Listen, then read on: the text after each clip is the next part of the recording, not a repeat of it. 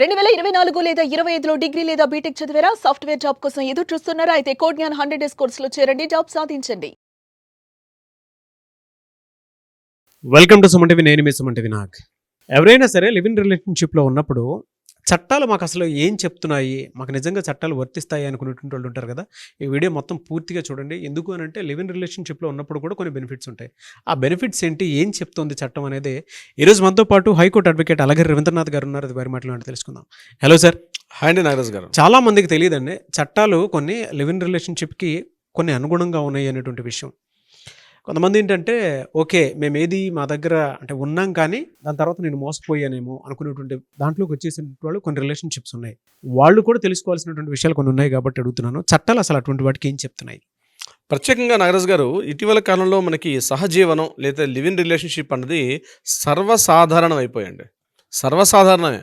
ప్రతి 10 కుటుంబాల్లో తీసుకున్నట్లయితే ఒక అడాల్సన్స్ ఉన్నటువంటి ఏజ్ అంటే మేజర్స్ ఉన్నటువంటి అమ్మాయి కానీ అబ్బాయిని చూసినట్లయితే కనీసం 70 to 80% అంది లివ్ ఇన్ రిలేషన్షిప్లో ఉన్న సంబంధాలు సర్వసాధారణం అయిపోయాయి. నాకు వచ్చే కేసులు చూస్తున్నా, లేకపోతే గవర్నమెంట్ యొక్క లెక్కలు చూస్తున్నా సరే, లివ్ ఇన్ రిలేషన్షిప్ అన్నది అంటే అర్థం ఏంటి, పెళ్లి చేసుకోరు కానీ కలిసి ఉంటారు. దాని తగ్గట్టుగా కొన్ని రకాల మనకి జడ్జిమెంట్స్ కూడా రావడం జరిగింది. ప్రత్యేకించి ప్రభుత్వ యొక్క చట్టాలు అయితే లేదు దీని మీదండి. లివ్ ఇన్ రిలేషన్షిప్ మీద, సహజీవనం మీద ఇప్పటివరకు కూడా అధికారికంగా చట్టబద్ధత కల్పిస్తూ ఎటువంటి చట్టాలు అయితే లేవు. ఇది గుర్తుపెట్టుకోవాలి ప్రతి ఒక్కరు. చట్టబద్ధంగా ఉన్నటువంటి చట్టాలు లేవు. కానీ కొన్ని సందర్భాల్లో ఆయా కోర్టులు కొన్ని జడ్జిమెంట్స్ రిలీజ్ చేశారు. దానికి అనుగుణంగా లివ్ ఇన్ రిలేషన్షిప్ అన్నది ఇటీవల కాలంలో సర్వసాధారణం అయిపోయింది. అంటే వయసులో ఉన్నటువంటి ఒక అమ్మాయి అబ్బాయి ఇద్దరు కలిసి సహజీవనం చేసుకోవచ్చు.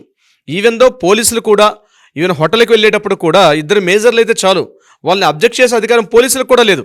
అక్కడ మీరు మ్యారీడ్ కాదా, మ్యారేజ్ చేసుకోలేదని చెప్పి వాళ్ళని రిటైన్ చేసే అధికారం కూడా ఆ యొక్క హోటల్ మేనేజ్మెంట్ కూడా లేదు. చాలా సందర్భాలు హక్కులు ఉన్నాయి వాళ్ళకి.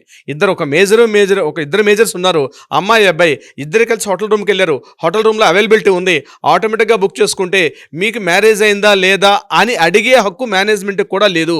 ఈవెన్ దో పోలీసులు ఒక రైడ్కి వచ్చినా, ఇతరత్ర ఏ కారణాలతో రైడ్ చేసినా మీరిద్దరూ మ్యారేజ్ చేసుకోలేదు కాబట్టి మేము రైడ్లో బుక్ చేస్తాం అనే హక్కు కూడా పోలీసులు కూడా లేదు. ఇది ఎగ్జాక్ట్లీ కొన్ని జడ్జిమెంట్ స్పష్టంగా చెప్తున్నాయి.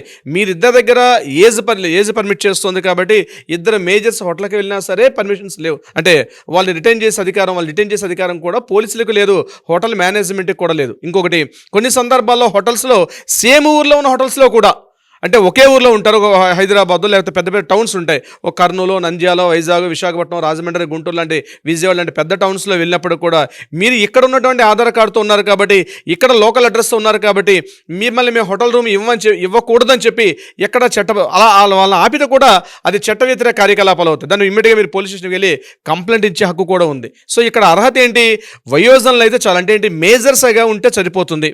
అయితే సహజీవనం కూడా ఒక ఇల్లు అద్దెకి తీసుకుంటారు. ఇక్కడ ఇంపార్టెంట్, ఇద్దరు అవివాహితులు కలిసి ఉండొచ్చు. నేను గుర్తుపెట్టుకోవాల్సిన పాయింట్, ఇద్దరు అవివాహితులు కలిసి ఉండొచ్చు తప్పించి ఇద్దరు మ్యారీడ్ అయిన వాళ్ళు కలిసి ఉంటారంటే అది మళ్ళీ చట్టబద్ధంగా కొన్ని ప్రాబ్లమ్స్కి వచ్చే అవకాశం ఉంటుంది.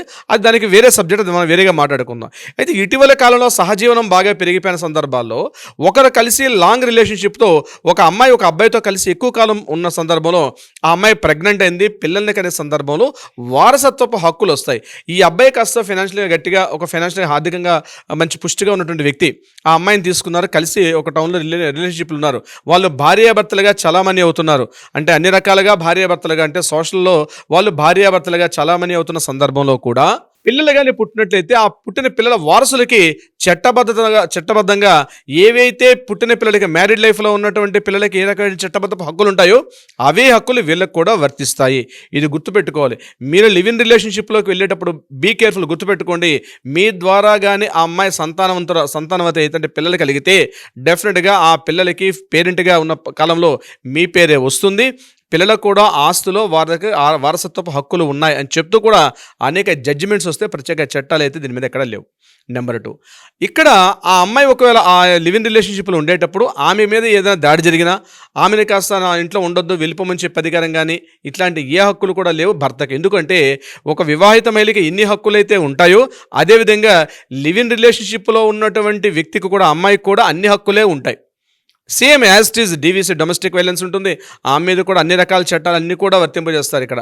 అయితే దీని మీద ఇప్పటివరకు సంపూర్ణంగా ఒక చట్టం మాత్రం పార్లమెంట్లో లేదా మన రాష్ట్ర ప్రభుత్వాలు అధికారికంగా ఎక్కడ చట్టాలు మాత్రం రూపకల్పన చేయలేదు. కొన్ని ఢిల్లీ హైకోర్ట్స్, కొన్ని supreme court, Allahabad high court, Kerala high court కొన్ని కేసుల్లో కొన్ని జడ్జిమెంట్స్ ఇచ్చారు. అవి ఏంటంటే ప్రత్యేకంగా మహిళలకు రక్షణ కల్పించే విధంగా ఉన్నాయి. కానీ ఇప్పుడు పిల్లలకు వారసత్వ హక్కులు ఇస్తున్నారు. మరి మదర్ యొక్క హక్కులు, ఇప్పుడు మదర్ కూడా ఆస్తుంది అనుకోండి, వీటి మీద ఇప్పటికీ స్టిల్ డౌట్ఫుల్లే నడుస్తుంది. ఇది ప్రజలందరూ కూడా ఒక ఒక ఒక ఒక ఉద్యమంలా తీసుకుని వచ్చి అంటే ఇది చేయాల్సిన అవసరం ఉందంటే ఇక్కడ ఏమవుతుందంటే అది పిల్లలు తగ్గిపోతాయి. ఖచ్చితంగా గడచిన దశాబ్ద కాలంగా చూసినట్లయితే ఎప్పుడైతే 498 ఇట్లాంటి కేసులు ఎప్పుడైతే పెరిగాయో వివాహ వ్యవస్థ మాత్రం చాలా వరకు చిన్నాభిన్నం అయిపోయింది. చాలా డిస్టర్బెన్స్ జరిగిపోతుంది. వివాహ వ్యవస్థ పూర్తిగా నష్టపోయిందని చెప్పుకోవచ్చు. ఈరోజు అబ్బాయిల పరిస్థితి ఎలా ఉందంటే పెళ్లి అంటేనే పరిగెత్తుకుని పారిపోతున్న పరిస్థితికి వచ్చాడు. అంటే పెళ్లి చేసుకుంటే ఇంకా పరిస్థితి ఏంటంటే ఇంకా అమ్మాయి చేతిలో ఏదో ఒక రోజు బలి పశువుగా మారిపోవాలి, ఏదో రోజు పోలీస్ స్టేషన్ మెట్లెక్కాల్సిన పరిస్థితి వస్తుంది, ఏదో ఒక రోజు కోర్టు గుమ్మం యొక్క మెట్లెక్కాల్సిన పరిస్థితి వస్తుందని భయంతో పెళ్ళిళ్ళు అంటేనే అబ్బాయిలు రోజు పారిపోయే పరిస్థితికి వచ్చారు. దీనికి కారణం ఏదో విషయానికి మందేస్తే ఉన్న ప్రాబ్లం వచ్చినట్టుగా అప్పుడెప్పట్లో చైనాలో కథ చెప్పాం. అక్కడ చైనాలో పిచ్చుకలు ఎక్కువగా పెరిగిపోయని చెప్పి ఆ పిచ్చుకలు నిర్మూలన చేస్తే ఏదో సమస్య ఇంకో సమస్య పెరిగినట్టుగా ఈరోజు మన భారత వివాహ వ్యవస్థలో ఎప్పుడైతే ఈ 498 అమ్మాయిల యొక్క రక్షణ కోసం ఏర్పడిన చట్టాల కోసం మనం ఖచ్చితంగా కఠినమైన చట్టాలు చేసుకుంటూ పోతుంటే ఈ విషయం ప్రాబ్లం సైడ్ ట్రాక్ పెట్టి ఈరోజు అసలు పెళ్లిళ్ళే వద్దనే పరిస్థితికి వచ్చేసిన పరిస్థితి వచ్చింది. సో అప్పుడు ఈ సహజీవనం అనేది స్టార్ట్ అయింది. సో సహజీవనంలో వచ్చేటప్పుడు ఇక్కడ అమ్మాయికి కూడా చాలా ఇంపార్టెంట్ విషయం గుర్తుపెట్టుకోండి. మీరు సహజీవనంలో ఉంటే, రిలేషన్షిప్లో ఉంటే గుర్తుపెట్టుకోండి, ఇది చాలా డేంజరస్ సిచ్యువేషన్. ఎందుకు డేంజరస్ అని పదం వాడినంటే మీ ద్వారా వారసులు పుట్టినా లేదా ఆ అమ్మాయికి ఒకవేళ ఎటువంటి ఇబ్బందులు కలిగినా యాస్టీజ్గా ఉన్నటువంటి మ్యారేజ్ చేసుకున్నటువంటి అమ్మాయికి ఎన్ని రకాల హక్కులు ఉంటాయో అదే హక్కులు ఈవెన్ సహజీవనంలో ఉన్న పరిస్థితులు కూడా వస్తాయి. అంటే ఈరోజు మగాడు ఎక్కడా తప్పించుకోలేని పరిస్థితిలో ఉన్నాడు ఈరోజు. దీని మీద మరలా ఒక భయంకర చర్చ జరగాలి, రాష్ట్ర స్థాయిలో ఉద్యమాలు జరగాలి. దీని మీద ప్రధాన రాజకీయ పార్టీ అందరూ కూడా దృష్టి పెట్టి దీని మీద ఒక విధి విధాన రూపకల్పన చేయకపోతే ఇబ్బందులు కలిగే పరిస్థితి వస్తుంది. దీనికి ఇనిషియేటివ్గా ఎప్పుడైతే సివిల్ ప్రొసీజర్ కోడ్ అని చెప్పి ఎప్పుడైతే దేశవ్యాప్తంగా ఒకే మతం ఒకే కోడ్ ఉండాలనే ఉద్దేశంతో ఉత్తరాఖండ్ ప్రభుత్వంలో మాత్రం ఒక వెబ్సైట్ స్టార్ట్ చేసింది అధికారికంగా ఆయా రాష్ట్ర ప్రభుత్వం. ఏం చేశారంటే ఎవరైనా సోషల్ లివ్ ఇన్ రిలేషన్షిప్లో ఉంటే తప్పనిసరిగా వాళ్ళు ఎన్రోల్ చేసుకోవాలి. అక్కడ మేమిద్దరం లివ్ ఇన్ రిలేషన్షిప్లో ఉన్నాం, మేము మ్యారేజ్ చేసుకోలేదు అని చెప్పి చేసుకోవాల్సిన పరిస్థితి వస్తుంది. అక్కడ ఉంటేనే తప్ప లివ్ ఇన్ రిలేషన్షిప్గా అది కంటిన్యూషన్ అయ్యే అవకాశం లేదు.